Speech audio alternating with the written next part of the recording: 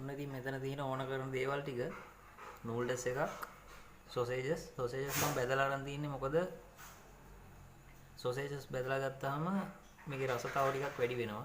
ඒකින්ද ලුණු කොළ බිත්තරයක්. මීට අමතරව මේකට ඕන කරන්නේ ලුණු චුට්ටකුයි පොල් තෙල් චුට්ටකුයි විතරයි. ඔය මේ ටික ඔක්කොම දැන් පොඩි වෙන්න කපා ගන්න ඕනේ. ලුණු කොළ පොඩියට කපනවා. බිත්තරේ නම් මික්ස් කරන්න ගන්නේ. සොසේජස් උත් චූටි කෑලි නූඩල්ස් එක බ්ලෙන්ඩර් කරගන්න ඕනේ අපි. බලමු ඊළඟ පියවර කොහොමද කරන්න කියලා.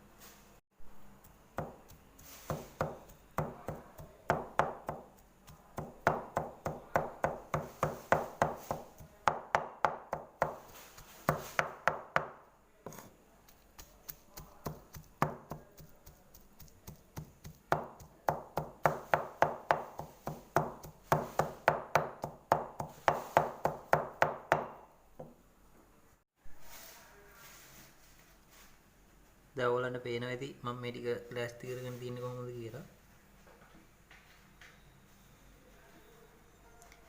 දැන් ඉතින් අනා ගන්න තමයි තියෙන්නේ. මතක ඇතුව අනද්දී ලුණු දාලා අනා ගන්න. මම නම් මේක බෝල විදිහට තමයි බෙදගන්නේ. පොඩි ගේමක් දුන්නොත් මේක රොටියක් වගේ පුච්ච ගන්නත් ඔයගලන්ට පුළුවන්.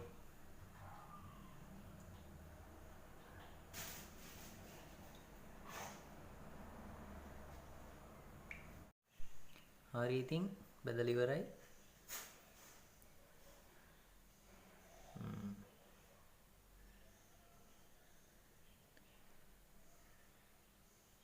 ඔයගොල්ලොත් හදලා බලලා අනිවාර්යයෙන්ම ලයික් එකක් කමෙන්ට් එකක් දාන්න අපෝ වෙවිලා.